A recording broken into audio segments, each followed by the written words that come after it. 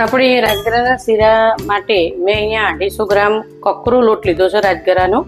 એના માપથી મેં અહીંયા 250 ગ્રામ ગોળ લીધો છે. એના આપણે અહીંયા 2 ગ્લાસ પાણી લઈ અને એને ગરમ કરી દઈશું. માટે આપણે 2 ગ્લાસ પાણી અહીંયા જોઈશે. જો ખૂટશે તો આપણે થોડું વધારે પાણી અંદર એડ કરી દઈએ. ગેસની ફ્લેમ આપણે ચાલુ કરી દઈશું અને જે આપણે માપથી જ લીધેલો છે એ 250 ગ્રામ આપણે અંદર એડ કરી દઈશું.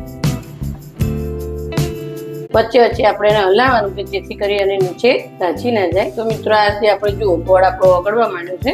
બધો જ ગોળ ઓગળી ગયું છે ધીરે ધીરે અને પાણી પણ આપણું ગરમ જ છે અને ગરમ જ રાખવાનું છે. આપણે ગેસ એકદમ સ્લો કરી દઈશું. જો તમે ગોળ ના ખાતા હોય ઉપવાસમાં તો તમે ખાંડનો પણ ઉપયોગ કરી શકો છો અને જેટલું લોટ લો એટલું જ તમે ખાંડ અંદર લઈ શકો છો. તો મિત્રો આપણે અહીંયા 200 ગ્રામ જેવું ઘી લીધું છે. મેં અહીંયા જો જરૂર પડશે તો આપણે 2 ચમચી અંદર એડ કરીશું.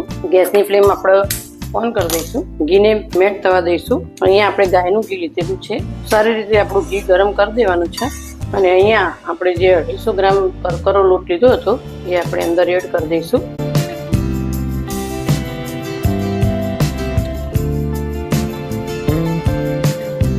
શીરા માટે હંમેશા રાજગરાનો કકરો લોટ જ આપણને સરસ રિઝલ્ટ આપે છે. જો ઝીણો લોટ લઈએ તો આપણો રાજગરાનો લોટનો શીરો એ ગમે તેટલું ઘી નાખો તો પણ એ ચીકણો બને છે. રાજગરાના લોટને આપણે ધીમા તાપે શેકવાનો છે. અહીંયા મેં મીડિયમ ટુ સ્લો કરી દીધું ગેસ.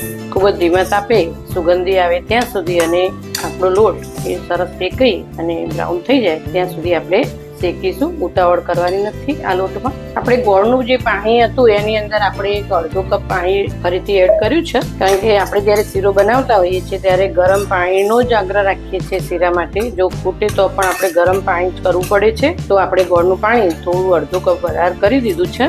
જો મિત્રો અહીંયા આપણે આપણું ઘી સરસ જ છે, કમ્પ્લીટ છે, છતાં હું અહીંયા 2 ચમચી નાખીશ કે જેથી વધારે થોડું ઘી હોય તો એની અંદર શીરો સરસ રીતે શેકાઈ જાય છે. આ શીરાની અંદર ઘી છૂટી થઈ જશે અને તમારે ત્યાંથી નિતારી અને લઈ લેવું હોય તો લઈ પણ શકો છો. તો હું અહીંયા 2 ચમચી એડ કરીશ ઘી. થોડું 200 ગ્રામ ઘી લીધું હતું આપણે અહીંયા. એની ઉપર મેં 2 ચમચી અહીંયા એડ કરી છે ઘી. જ્યારે આ શીરો શેકાશે ત્યારે સુગંધ પણ સરસ રીતે આવશે અને એનો કલર પણ ચેન્જ થઈ જશે. જો મિત્રો સુગંધી સરસ રીતે આવવા માંડી તો મિત્રો આપણું જે ગોળનું પાણી છે ગરમ કરેલું એને આપણે ગળી લઈશું જેથી કરી અને ગોળની અંદર કોઈ પણ કસ્તર કે એવું હોય ઝીણું તો એ અંદર આવી જાય. મિત્રો જો આપણો લોટ એ સરસ રીતે શેકાઈ અને બ્રાઉન પણ થઈ ગયો છે. આ સમયે આપણે અહીંયા પાણી અંદર ગોળનું એડ કરી દઈશું. ધીમે રહીને કરવાનું છે મિત્રો, કારણ કે જે આ રીતે ઉડશે તો આપણે ધીરે ધીરે પાણી રેડી અને એને હલાવતા જવાનું છે અને પાણી રેડતા જવાનું છે જેથી કરીને તમને કાંટા ઉડે નહીં એનું ખાસ ધ્યાન રાખવાનું. બંને ક્રિયા આપણી સાથે જ કરવાની જેથી કરી અને અંદર ગાંઠા પડે નહીં. હવે આપણે અહીંયા ફૂલ ફ્લેમ કરી દઈશું.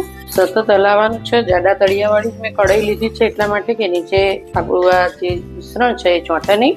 ટાઈમે આપણે અહીંયા 3 થી 4 ચમચી મેં દ્રાક્ષ લઈ લીધી છે એ એડ કરી દઈશું. 5 થી 7 મેં કાજુ લઈ અને આ રીતે કટ કરેલા હતા અને બદામને પણ ગરમ પાણીમાં પલાળી એની છાલ નથી ઉતારી અને આ રીતે આપણે એને કટ કરી દીધી છે. જો સરસ રીતે લોટ તમે શેક્યો હશે તો આ રીતે સરસ મજાનો શીરો એ આપણો તૈયાર થશે. કઢાઈને સહેજ બી નહીં ચોંટે અને ઘી તરત જ છૂટું પડશે અને આપણો આખો શીરો અંદર કઢાઈની અંદર સરસ રીતે છૂટો થઈ જશે. આપણે અહીંયા ઇલાયચી પાવડર મેં 1/2 ચમચી લીધું હતું. હવે આને આપણે એક બાઉલમાં સર્વ કરી દઈશું.